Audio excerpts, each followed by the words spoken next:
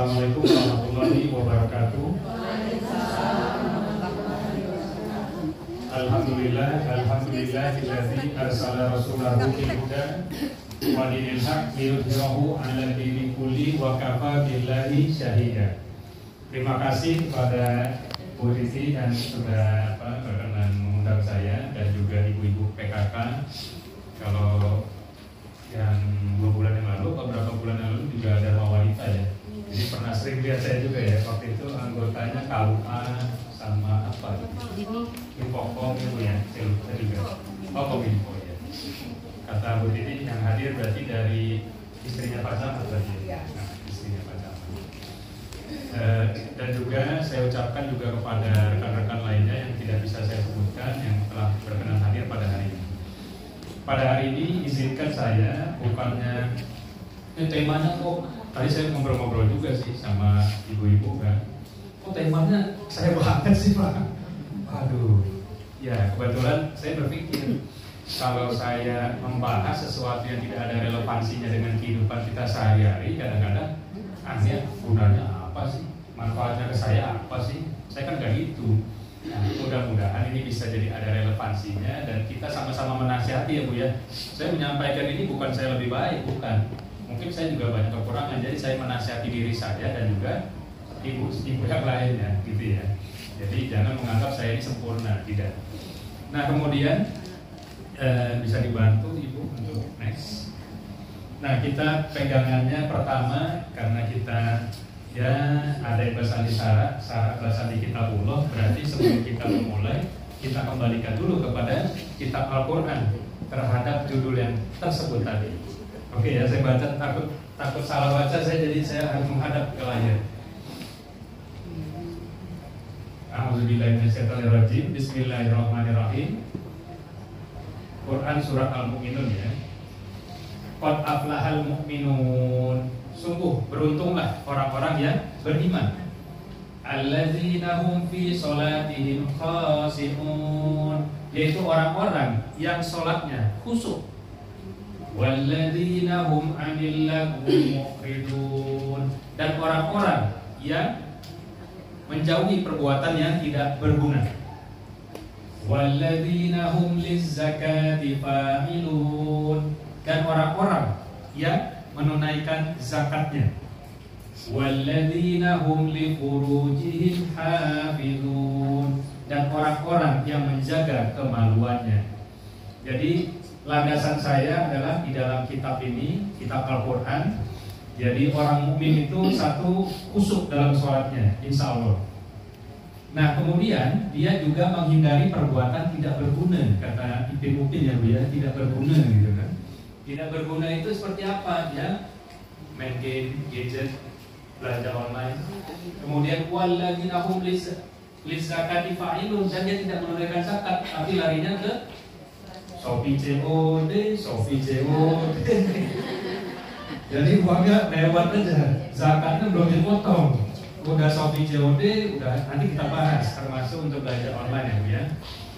Walladzina hum li furujihim hafizun, dan orang-orang yang menjaga kemaluannya termasuk pornografi.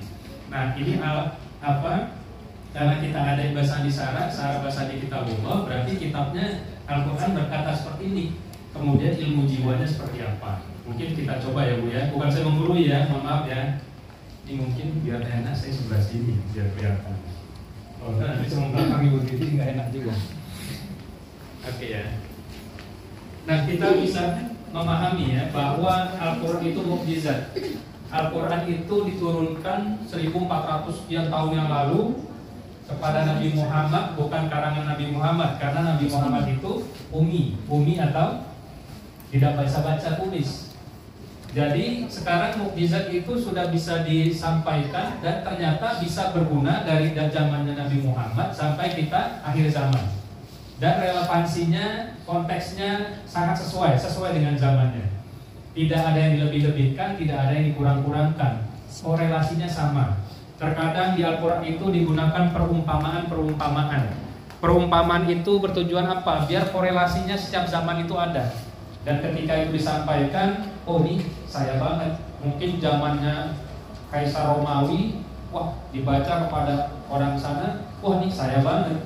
Kemudian zamannya Perang Dunia Pertama dibaca Al-Quran zaman dulu, loh kok ini korelasinya saya banget. Dan sampai kita sekarang itu korelasinya kita banget. Sampai mungkin akhir zaman kita banget. Jadi itulah mukjizat daripada Al-Quran. Maka dari itu kita harus memiliki dasar bahwa Al-Quran ini adalah buku panduan. Kalau kita beli Honda, beli mobil, pasti sama salesnya dibilang, ini Pak buku panduannya Pak ya. Jadi kalau dia 3.600 km, ini nanti ganti olinya, sekian ini ganti ini, per ini, nanti Bapak turun apa, mesinnya apa, diganti apa. Itu sangat detail. Kalau Bapak enggak gini nanti rusak, kalau Bapak paksakan begini, ini. Nah ini setiap 5 tahun sekali harus diganti Pak, ininya juga oli mesin segala macam. Itu biar mobilnya oke. Tambah Pak asuransinya Pak, ini asuransi biar terlindung dan segala macam. Karena di jalan banyak kecelakaan lintas dan segala macam. Itu baru mobil. Berarti kita ini lebih canggih daripada mobil, pasti ada buku panduannya.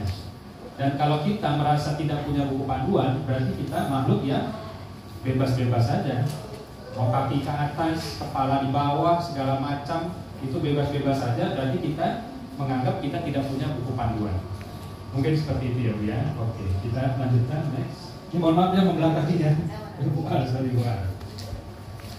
Nah, sekarang kita percaya bahwa pikiran manusia itu, sebelum saya lanjutkan saya dikasih waktu berapa lama ya Bu? Berapa lama? Oh gitu ya. Kalau dokter jiwa berbahaya, bisa pagi sampai malam saya bisa. Kerjaan saya tiap hari soalnya. Ya, berarti 1 jam ya. Nah, 1 jam. Ya lebih dikit lah. Saya lanjutkan ya Bu ya. Nah, pikiran kita, ini kita percaya bahwa ada pikiran sadar, pikiran bawah sadar. Pikiran sadar kita hanya 18%. Pikiran bawah sadar kita adalah 82%. Kayak ibu nih datang ya kan, tanda tangan, duduk, itu bukan pikiran sadar. Jangan-jangan udah biasa. Kalau saya ikuti suatu acara ya absen, mungkin basa-basi dulu, cipika-cipiki, duduk yang manis, cari makanannya di mana. Itu kayaknya udah ritual template di otak kita. Itu jangan-jangan tuh udah pikiran bawah sadar kita bergeraknya. Parkirnya di mana gitu kan, di mana. Kemudian senyumnya gimana ya Bu ya. Kalau Mbak Buti gimana senyumnya sama ini gimana. Itu kayak udah template di kepala kita, itu pikiran bawah sadar. Kalau pikiran sadar itu benar-benar baru, itu hasil analisa. Dan yang berpikir itu bukan otak yang sembarangan, adalah daerah prefrontal cortex. Nah, prefrontal cortex itu nanti kita bahas di otak, bagaimana tentang gadget, pornografi, kemudian juga tadi belanja online. Ya, belanja online. Ibu nungguin yang bab terakhir kayaknya. Penasaran apa sih dia? Kayak saya belum pernah dengar ini. Oke ya. Nah sekarang yang kita curigai seperti itu, pikiran bawah sadar kita 82% Ibu. Ibu sering nonton enggak film Titanic? Nah, jadi di film Titanic itu kata nakodanya, kan ada di filmnya Ibu ya. Kata nakodanya, oh itu ada bongkahan es di laut, nampaknya kecil. Udahlah, udah usah masalah kalau kita nanti balikkan setir kapal kemudinya terlalu cepat, itu takutnya penumpang eksekutif yang di atas itu takut terganggu gitu kan. Udah libas saja. Kan ada di film itu ya Bu ya. Kecil, soalnya nampaknya kecil gunungan es. Ketika dilewati, ternyata gunungnya sepanjang ini.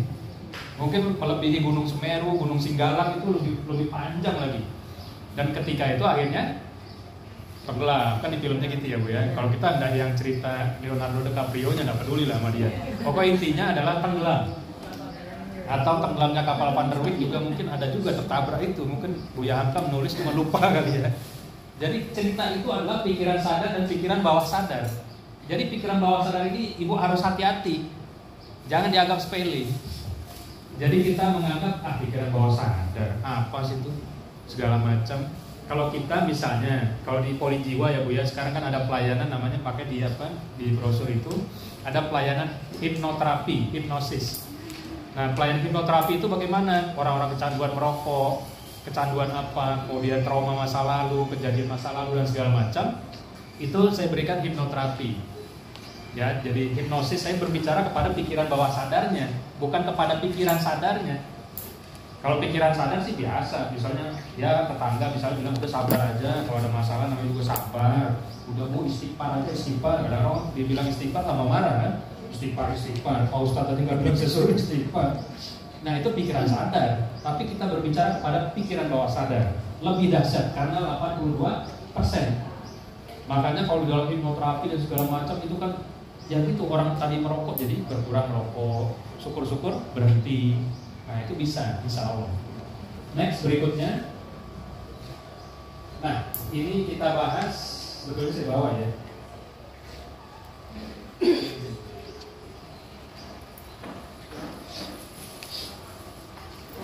Nah ini ada otak manusia, mirip-mirip mas. Ini otak manusia. Ini bagian-bagiannya sangat kompleks, tapi lebih kompleks lagi. Sebetulnya ini sangat dibikin sederhana mungkin. Sekarang kita melihat, menyadari bahwa otak manusia ada bagian yang di depan sini bu. Namanya prefrontal cortex. Nah ini adalah pikiran sadar kita. Ini bagian depan ini. Makanya hati-hati, dijaga di bagian depan. Kalau kemana-mana pakai helm, nggak usah. Jangan so tahu nanti ininya rusak, prefrontal cortexnya susah dibetulin kan. Nah kemudian pikiran bawah sadar. Nah pikiran bawah sadar ternyata kecil sekali, yaitu amigdala. Nah amigdala itu bagaimana bapak ibu-ibu? Ternyata amigdala itu adalah sangat kecil sebesar biji sawi, tetapi efeknya luar biasa, 82%. Bayangkan itu yang kecil itu ya. Sebesar biji sawi. Tetapi sekarang kita melihat bahwa ini sebesar biji sawi tapi bisa merusak segalanya. Makanya kita bahas di dalam pembahasan ini. Dan saya berharap ibu-ibu semangat untuk bertanya. Kalau perlu tulis, saya mau nanya inilah, mau nanya ini. Itu ya Bu ya. Oke, setuju kita ya. Next berikutnya. Nah, sekarang Pak dokter ini mengada-ngada kayaknya. Kayaknya Pak dokter ini bahasnya ini berlebihan ini. Buktinya apa? Pikiran bawah sadar itu. Ya udahlah. Kalau diizinkan kita praktekkan bagaimana pikiran bawah sadar itu berpengaruh kepada kita. Ini Bapak siapa Pak namanya? Nah kebetulan ada laki-laki, saya pinjam satu boleh? Bapak maju depan Pak. Rezeki Bapak ya, tiba-tiba aku jadi maju jadi. Di sini aja Bapak berdiri. Ya, terima kasih Pak. Jadi kita buktikan pikiran bawah sadar, Dr. John ini mengada-ngada, dia ini banyak teori aja, memang buktinya apa? Nah sekarang Pak siapa Pak? Pak Vicky dari Tarusan. Nah Tarusan ya. Jadi Pak Vicky dari Tarusan, mohon maaf ya nanti kita sebagai contoh aja dari dulu memahami, mudah-mudahan bisa ya lebih paham. Nah sekarang saya boleh pinjam HP-nya buat.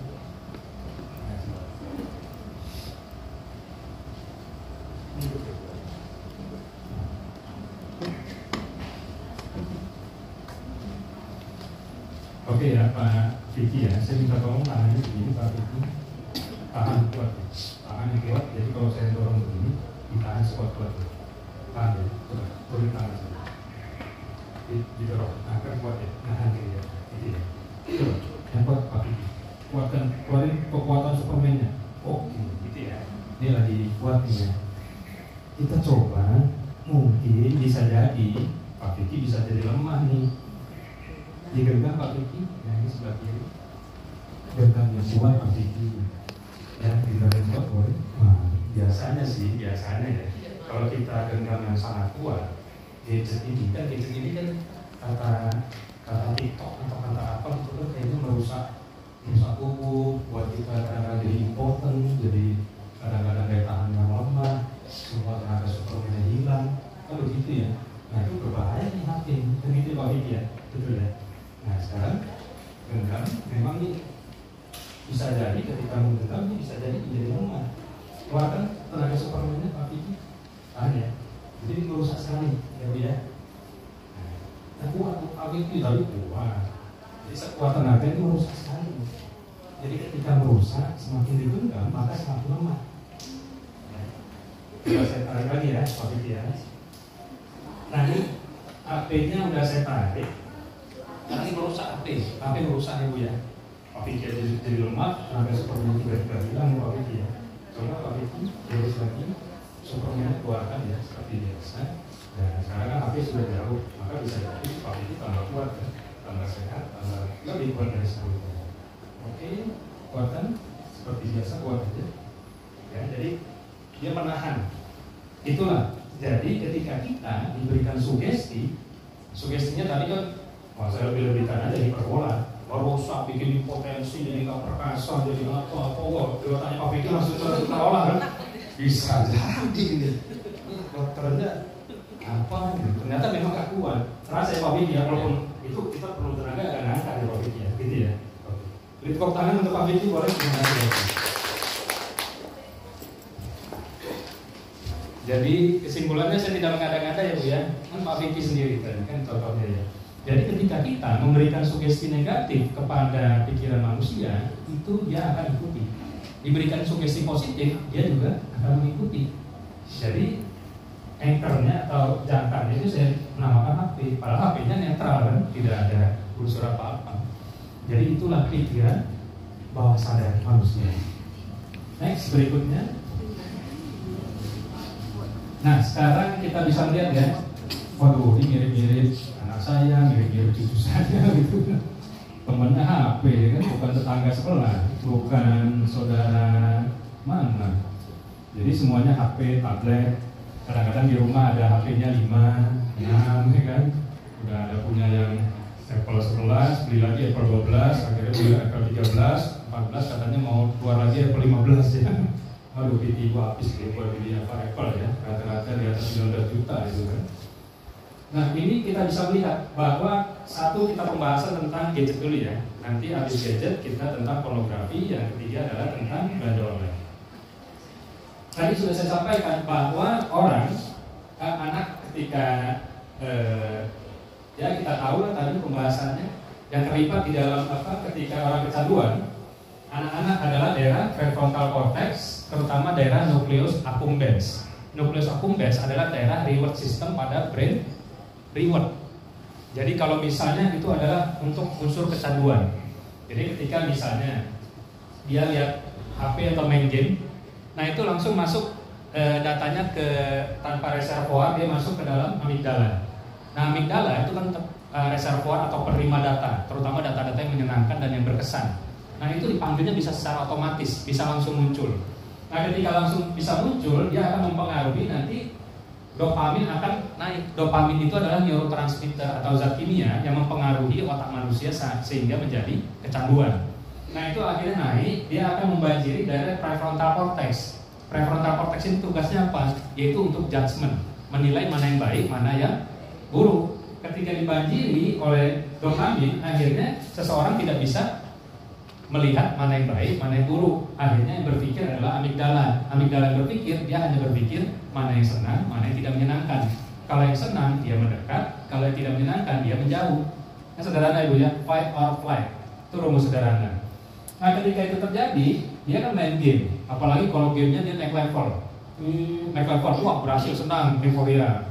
Itu udah dopaminnya tuh, adrenalinnya juga mulai tertantang. Naik lagi level, akhirnya kecanduan.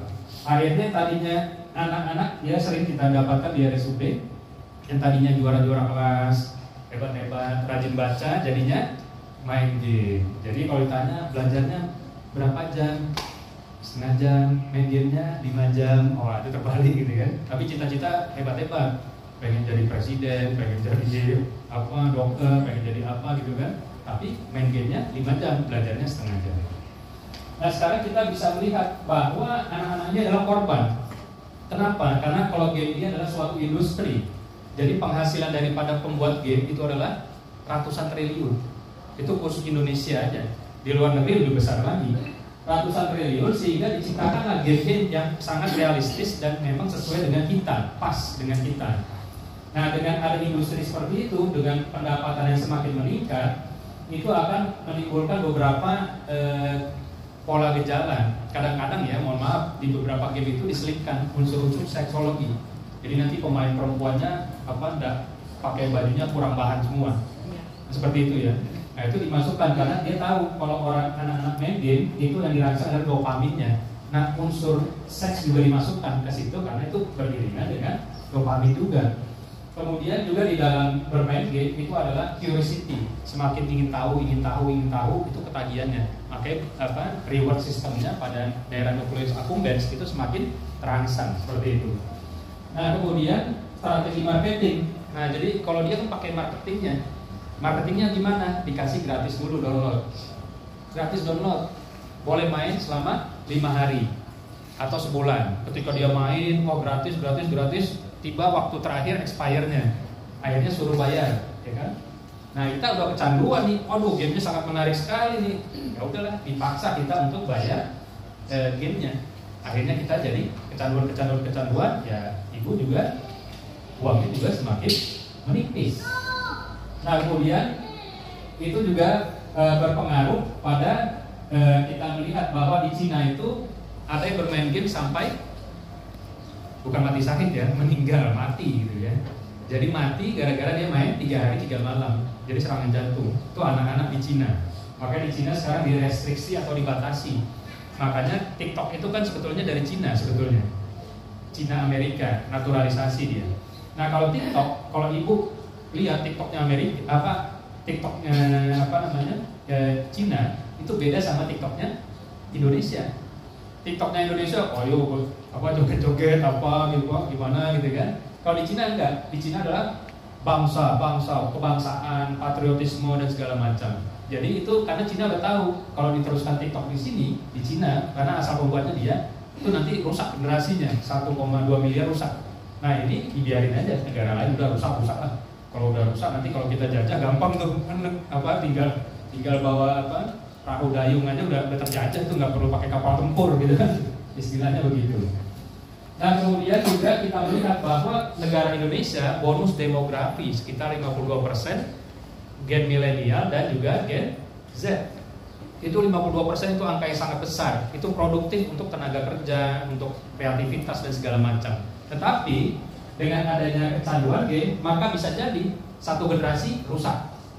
Ketika satu generasi rusak, datang generasi yang baru lagi juga rusak juga, maka kita bisa melihat bahwa nanti 10-15 tahun ke depan negara ini menjadi rusak. Makanya kan ada pengamat yang bilang pengamat bilang nanti Australia kemungkinan akan menyerang Indonesia pada tahun 2045. Kata orang, nggak mungkin, kan kita punya ini. Bisa jadi apabila semuanya udah kecanduan game. Nanti diserang Australia, kita diserang gitu kan. Semua orang bukannya sibuk untuk seperti tahun 45 cari bambu runcing, ini masih main HP aja.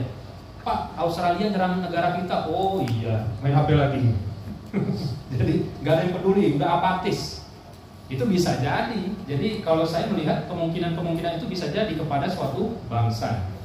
Dan kita bisa melihat bahwa nanti pemimpin ke depan 10-15 tahun lagi itu dari generasi yang main game dan segala macam, nanti kecenderungannya apa? Kalau game kan apa? Gambling, perjudian, yang ketiga kekerasan. Nah, nanti menciptakan unsur-unsur itu pada 10-15 tahun ke depan. Kemudian untuk keluarga, kalau keluarga sudah saya sampaikan tadi, banyak pasien kita di RSUD untuk gangguan belajar. Pak, ini anaknya juara loh Pak, dulu Pak juara 1 dia Pak, nggak ada yang ngalahin nih Pak. Tapi sekarang satu dari belakang Pak. Ya itu, karena HP-nya nggak bisa ditarik. Kalau ditarik sama mamanya tuh nangis dia, bisa ngamuk-ngamuk. Karena yang mamanya saya bilang ganti passwordnya tuh, ya udah ganti. Ternyata dia lobby papanya. Pak itu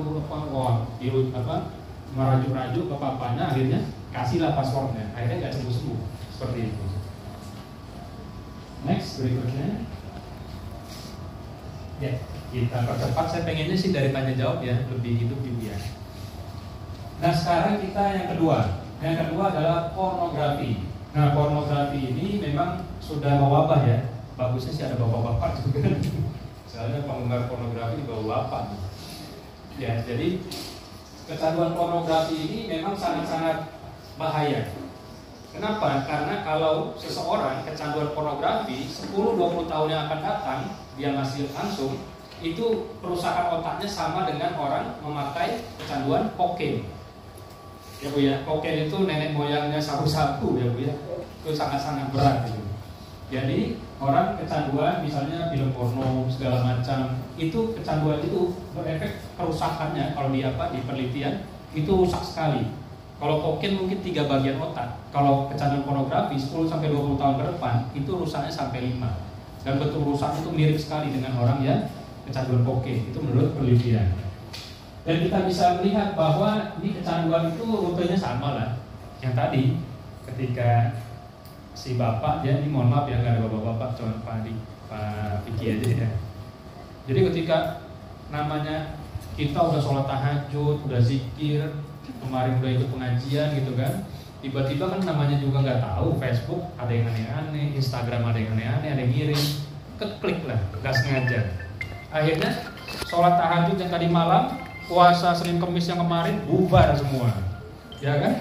Jadi dia dianggap sepele, ini cuma iseng aja, jadi iseng-iseng gitu kan, iseng-iseng berhadiah, namanya bapak kan, namanya penasaran, klik, wah udah, baru sekali klik. Karena tingkat kecanduan itu nggak mesti banyak-banyak Ibu. Jadi penelitiannya gini, kalau orang kecanduan merokok itu perlu sampai 100 kali atau kurang itu bisa mulai candu dia rokok. Kemudian kalau pakai ganja itu sekitar 7-10 kali dia coba. Dia coba 7-10 kali, barulah dia kecanduan. Kemudian kalau sabu-sabu itu menurut penelitian 1-3 kali penggunaan sabu-sabu itu orang jadi kecanduan selanjutnya. Makanya bandar-bandar narkoba itu sering ngasih apa? Gratisan. Udah gratis aja nih buat kamu, temen kan, friend, bestie, ini gratis. Nah itu satu ya kan. Ntar 2 minggu lagi dia datang lagi, gimana bestie? Bagus kan? Barang bagus itu. Coba nih gratis nih, amal soleh nih. Sabu lagi gratis. Kalau di luar beli akhirnya dipakai. Cukup 2-3 kali, itu bandarnya nggak perlu datang. Nanti dia sendiri yang dicari, dia sendiri yang mencari bandarnya, mana nih? Seperti itu. Itulah yang mengakibatkan orang kecanduan.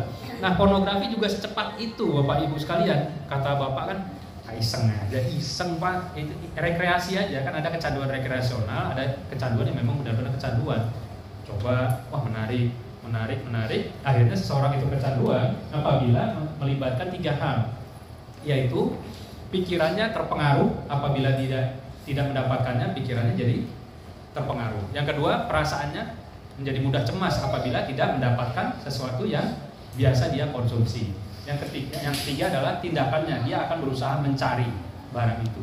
Itu adalah unsur daripada kecanduan. Mau kecanduan apapun, mau kecanduan pornografi, sabu, game online dan segala macam.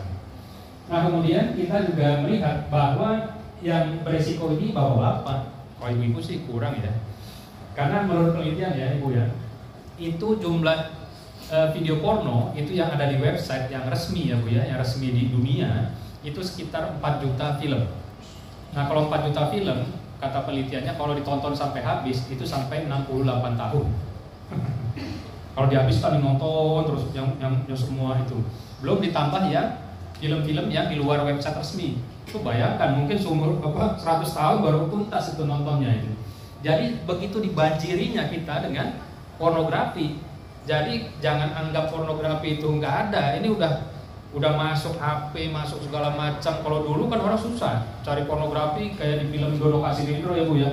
Mesti di film Dono Kasinindro datang dulu ke bukan bioskop itu. Kan ada filmnya Dono tuh yang waktu dulu itu kan. Jadi dia nanti ngumpet-ngumpet dulu. Ada barang nggak? Kan gitu kan, ada filmnya itu. Saya ingat itu.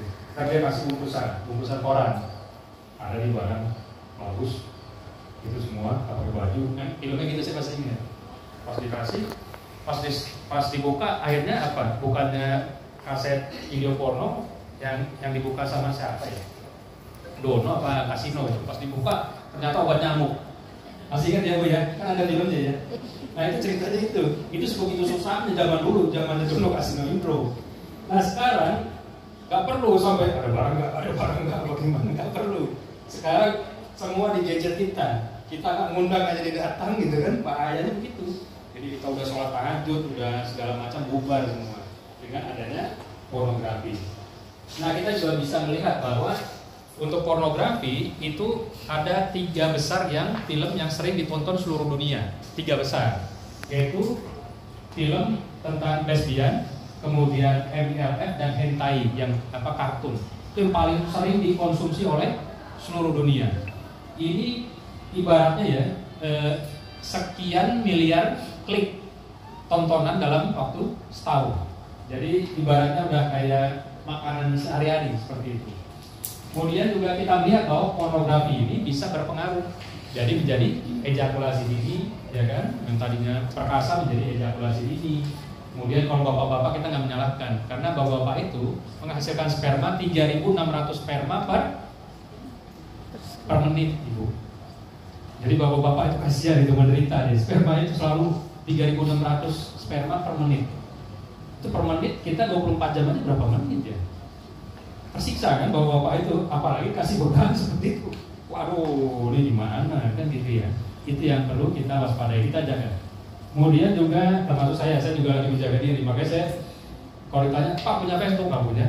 Pak punya Instagram nggak punya? Saya nggak punya, gitu kan. Tapi kalau website saya punya, gitu kan. Oh website punya, Instagram nggak punya. Karena ya kita berhati-hati untuk itu.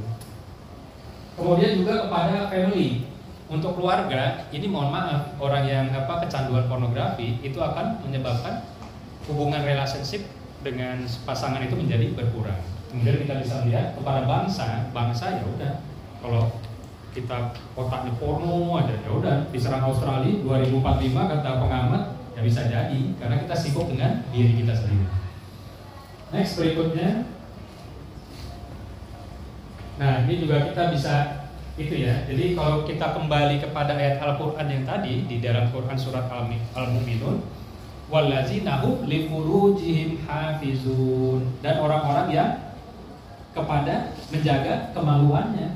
Jadi konteks Al-Quran ini selalu masuk konteksnya segala zaman. Jadi dari mulai zaman Abu Jahal, zamannya Perang Dunia Pertama, zamannya Perang Dunia Kedua, dari zamannya sampai kita sekarang itu sangat-sangat korelasi bahwa ini berbahaya. Makanya wala taqrabu zina. Jangan mendekati aja susah, karena kalau udah dekat itu ketariknya gampang. Jadi bisa bapak-bapak bilang, dok kan cuma iseng aja, iseng berhadiah. Nah ketika diklik, misal diklik nih, tek, itu langsung rangsangan. Jadi di otak kita masuk di talamus. Ketika di talamus langsung dikirimkan langsung ibu ke daerah penis. Dan testosteron di daerah epididymis ini juga banyak sekali untuk berproduksi. Akhirnya melalui pandangan doang, melalui pandangan. Yang kedua, rangsangan seksual bisa meningkat melalui taktil atau sentuhan. Nah, kalau dua itu jadi, itu lebih dahsyat lagi. Tapi sekarang melalui pandangan aja, melalui mata, reservoirnya melalui mata, kemudian melalui talamus kemudian sebagai portalnya. Wah, masuk aja dah, masuk kirim langsung ke penis. Jadi, bapak-bapak tersiksa kepalanya. Waduh, mau saya salurkan kemana? Ini otaknya tersiksa. Makanya, ya itulah resiko jadi laki-laki zaman sekarang, godaannya sangat-sangat banyak ya, seperti itu ya. Kemudian next berikutnya. Nah ini yang ibu-ibu tunggu ya, belanja online. Kata tukul apa? Shopee COD, Shopee COD, sampai si tukulnya stroke. Ada lagi penggantinya siapa lagi? Atta Halilintar, siapa lagi? Ibu Raffi Ahmad, Ruben Onsu, segala macam ibu ya. Nah sekarang kita bisa melihat fenomena sekarang ini. Kita tadi bahas bapak-bapak nih, kita bahas ibu-ibu ya, biar adil ya. Saya juga membela kaum saya masa saya jelek-jelek di kaum saya sendiri gitu kan. Nah ini kaum ibu-ibu ya. Ini bukan apa-apa ibu ya. Mungkin ibu kalau dibandingkan aplikasi di HP-nya Tokopedia, Lazada dan segala macam, mungkin ya bisa jadi yang paling banyak adalah Shopee, ya kan? Termasuk saya juga ada, saya sesuai kebutuhan, kan kebutuhan. Jadi kalau lagi dia bukannya sekarang yang bunyinya apa? Masuk itu bukan bunyi WA sekarang, bunyinya string Shopee. Nanti ibu ngecek barang udah nyampe mana ini? Baru nyampe ini Pelabuhan Tanjung Priok, nyampe pesisir paling 3 hari lagi lah, gitu kan. Nah sekarang kita bisa melihat bahwa ibu-ibu terjebak kepada belanja online. Jadi nantinya besar pasak daripada tiang. Kalau tiangnya kuat sih gak apa juga ya. Tambah lama tiangnya ambruk juga tuh, ya kan? Jadi kalau di dalam Quran surah Al-Mu'minun kan gitu. Wallazina hum lizakati fa'ilun. Dia tunaikan zakat nih bukan tunaikan zakat, pisahin dulu buat Shopee, buat belanja online nih. Ya kan, zakat nanti aja lah, Buya juga tahu ya, Allah Maha tahu gitu. Nah jadi tiba-tiba uang habis aja gitu kan, belum sampai akhir bulan, zakat belum dipisah udah. Nah sekarang sama, ini kecanduan Shopee, kita bisa tahu ibu harus curiga sama Shopee. Kenapa? Kok dia bisa COD, ongkos kirim gratis? Dia untungnya dari mana? Kadang-kadang nih barang 15.000 dari Surabaya sampai ke sini. Kalau kita datang ke JNE atau Tiki, ongkos kirim berapa kalau dari Surabaya ke Painan? Oh itu ini 50.000. Kok bisa harga barang sama ongkos kirim lebih murah? Barangnya, ongkos kirimnya lebih mahal. Kok bisa terjadi? Ternyata dia apa? Jual rugi, Bu. Biar kita kecanduan.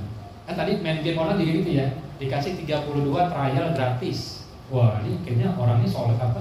Dermawan sekali ya. Tapi ujung-ujungnya menjebak kita. Jadi pas udah expire hari ke-30 kita pengen lagi karena tuh enak permainannya, bikin saya segar segala macam. Akhirnya kita kecanduan, uang habis. Nah ini juga sama, cuman bentuknya ya kita bukannya menganggap Pak, memang setan itu ada. Ya, setan itu pasti ada. Jadi kata Allah, makanya Allah berfirman itu tegas dan kalimatnya lugas. Inna syaitona kana lakum aduun fattakhizu aduan. Artinya kata Buya ya, katanya bahwa sesungguhnya setan itu adalah musuh bagimu. Fattakhizuhu aduan, maka anggaplah dia musuh. Nah selama ini kita sebagai pengetahuan aja. Pak, memang setan musuh? Iya, setan itu musuh hanya sebagai pengetahuan. Tetapi kita tidak benar-benar waspada. Setan itu maksudnya dari mana? Allazi yuwaswisu fi sudurin nas minal jin nati wan nas. Dia membisikkan ke dalam dada manusia. Kalau saya dokter jiwa menerjemahkannya, membisikkan ke dalam pikiran bawah sadar manusia. Minal jin nati wan nas, dari golongan jin dan manusia. Manusianya bentuknya bisa apa aja. Bisa game online, bisa pornografi, bisa Shopee COD.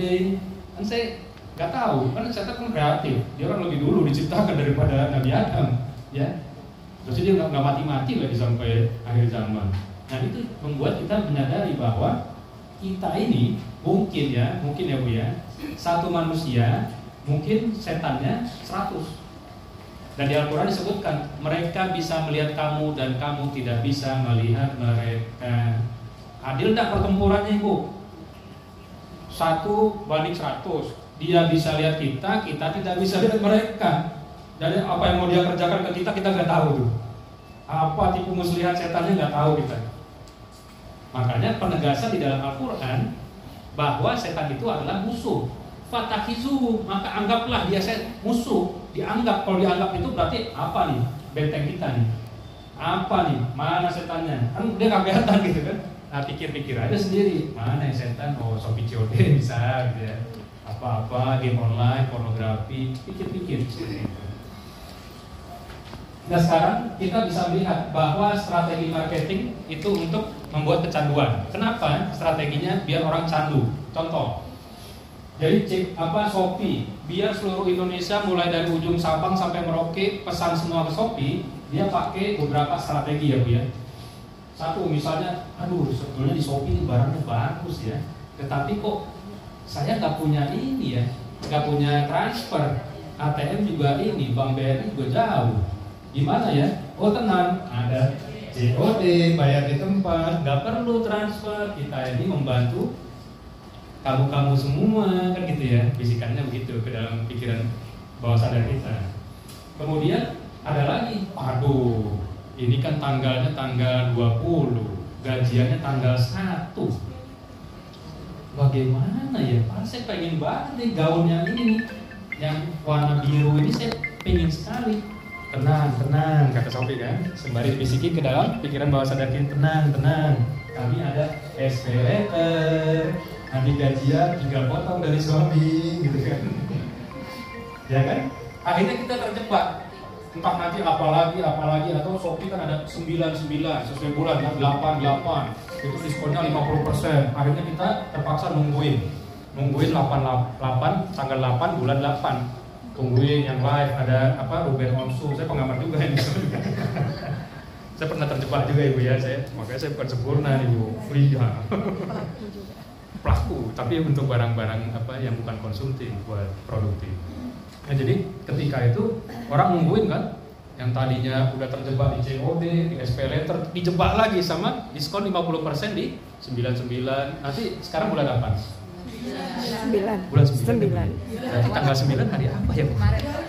Aduh, Ibu nggak ngasih tahu saya. Sekarang 7. Sekarang tanggal 7. Masih ada harapan Bu. Jumat. Masa Ibu nggak mau pesan? 2 hari lagi loh. Nah, dibisiki kita di pikiran bawah sadar kita tuh, Mas Oki. Tanggal 9 2 hari lagi. 2 hari lagi kita lihat sistem keuangan aman nih. Bisa. Saya lagi ngincar ini speaker yang ini nih. Ini kalau dapatnya 50% jadi nih. Padahal di rumah udah ada speaker. Atau Ibu ngincar kerudung yang warna hijau. Ternyata di lemari Ibu udah ada 100 yang warna hijau. Gara-gara 50% diskon, akhirnya Ibu langsung klik aja pesan gitu kan. Pas dilihat di lemari udah 100 buah. Mau kemana itu 100 buah? Mau Ibu jual lagi ke Shopee kan nggak mungkin. Nah, jadi kita melihat bahwa ini sistemnya adalah mirip-mirip kecanduan. Jadi ya kita kalau mau belanja sesuai kebutuhan, jangan sesuai keinginan. Kalau keinginan itu tidak ada batas, sampai langit yang biru itu tidak ada batasnya. Next berikutnya. Ya, terima kasih ya Bu ya. Mungkin saya disuruh untuk tanya jawab. Jadi ya kalau bisa ada yang nanya, mudah-mudahan saya bisa jawab. Makasih ya.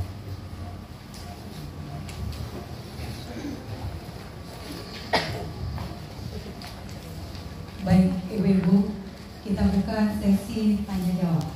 Mungkin yang pertama kita langsung jawab atau kumpulkan pertanyaannya dulu Pak? Dua dulu.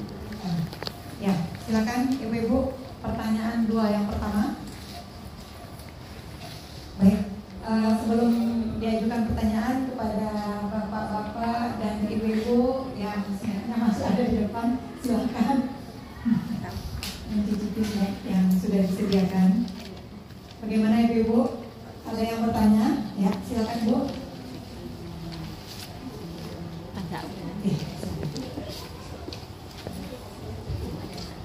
Assalamualaikum warahmatullahi wabarakatuh. Selamat Ibu dengan kakak Aminatkan. Saya mau bertanya kepada Pak Dokter. Begini Pak, Namanya dari mana? nama saya Tati Nayani, saya dari Ranah Pesisir.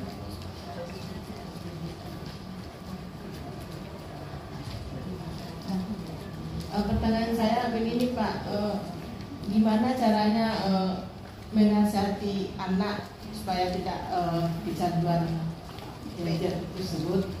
Terus kalau bisa ya Pak, arahan Bapak ini bagusnya datang ke sekolah-sekolah, apalagi ke SMP, ke SMA.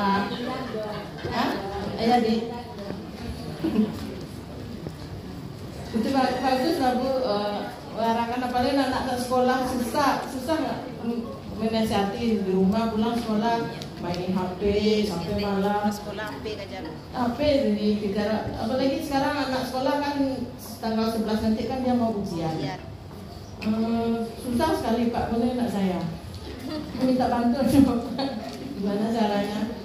Pak yang terima kasih Pak. Assalamualaikum warahmatullahi wabarakatuh. Pertanyaan yang kedua, tapi sepertinya ide yang bagus itu Pak, karena anak-anak dinasihati kalau tidak ada logikanya yang melekat, misalnya ini merusak otak, merusaknya bagaimana, karena anak-anak tidak bisa terima. Baik, pertanyaan yang kedua, silakan.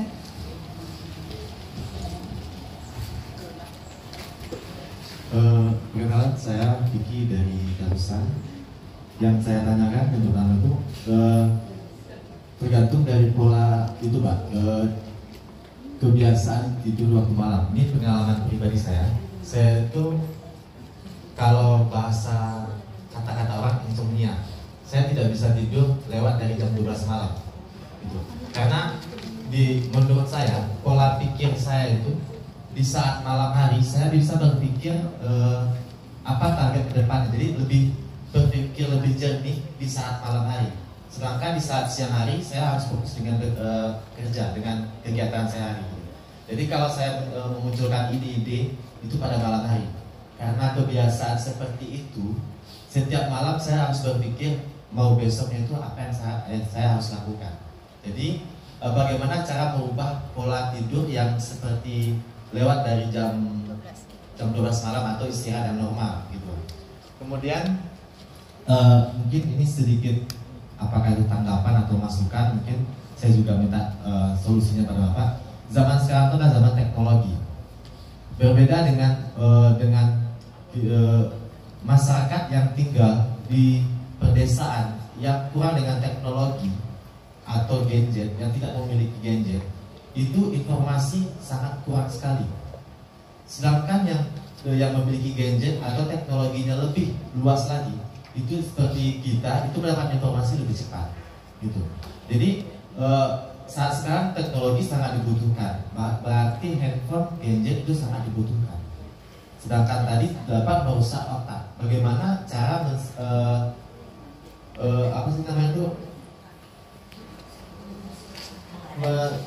meredamkan supaya gadget ini tidak ketergantungan. Kemudian yang telah kita lalui beberapa tahun yang lalu saat COVID, Bapak melarang kita sebagai anak sekolah jangan terlalu gadget. Sedangkan waktu zaman COVID kita dilarang untuk sekolah, tapi harus daring. Dan itu saya punya adik-adik harus jam sekolahnya tuh sama, daringnya sama. Setiap anak harus memakai handphone masing-masing. Wajib. Tugas sekolah itu dari handphone. Kita melarang untuk main handphone, sedangkan sekolah waktu itu menyuruh harus pakai handphone karena dengan keadaan COVID gitu. Kemudian setiap aplikasi yang kita download itu pasti berhubungan dengan pornografi. Istilahnya itu ada iklan-iklan porno di sana. Mungkin ibu-ibu pun pasti melihat, apalagi anak-anak yang berhubungan dengan gaming. Nah, kemudian saya juga pemain medsos Pak, sebagai TikTok, YouTube segala macam. Karena kadang-kadang kalau zaman teknologi sekarang, dengan teknologi kita menghasilkan uang, gitu. Dengan teknologi kita bisa menjangkau dunia, itu bahasa kerennya. Gitu. Tapi ada kita mengambil hal positif dari sana. Bagaimana dengan kayak YouTuber, kayak Capcut segala macam menghasilkan uang itu? Dia hanya bekerja dengan handphone, dengan gadget, tapi menghasilkan uang. Berbeda dengan kita yang bekerja di pemerintahan atau kuli, itu harus ingat dulu, tapi mereka tidak. Gitu. Tapi mungkin menurut saya itu bagaimana cara kita memilah hal positif mana hal negatif. Tapi efek sampingnya, dengan kata Bapak tadi, efek sampingnya di kemudian hari pada saat kita tua.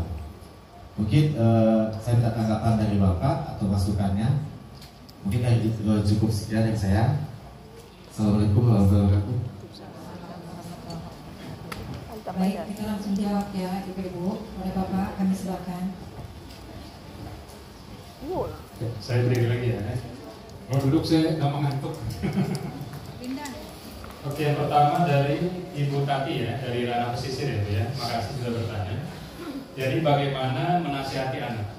Jadi kalau kita berbicara ke orang dewasa dengan anak-anak itu kan berbeda ya. Jadi apa yang dipahami anak itu juga berbeda dengan apa yang dipahami oleh orang dewasa. Nah kalau anak-anak kecenderungannya adalah visual. Jadi harus laras. Misal ini selain gadget ya, apapun, misalnya suruh anak kok nggak belajar gitu kan, ayo belajar cepat gitu kan, tapi ibunya ngasih contoh sambil megang remote HP, remote TV, atau sambil megang HP, jadi nggak selaras apa yang keluar dari audio ibu mulut sama yang dilihat sama matanya, diterima sama datanya sama dia. Oh ya jangan, belajar kamu katanya mau jadi ini apa, jadi dokter, katanya kok nggak belajar gitu kan. Wah betul juga nih, tapi dia lihat di matanya beda, karena kita tidak kasih contoh, karena kita sambil megang HP, karena anak-anak itu adalah meniru. Nah yang kedua, di dalam penyampaian itu adalah jangan menggunakan kalimat tidak atau jangan. Karena di dalam pikiran bawah sadar atau neurolinguistic program